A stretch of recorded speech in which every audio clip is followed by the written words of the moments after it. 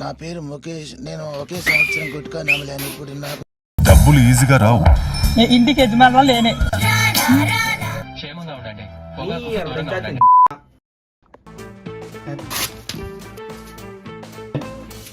అనుకుంటా. బేబీ ఒకటి చెప్పాలన్నా, బాత్రూంలో వేస్తారు పెనాయిల్, నువ్వే నా లైఫ్ లైన్.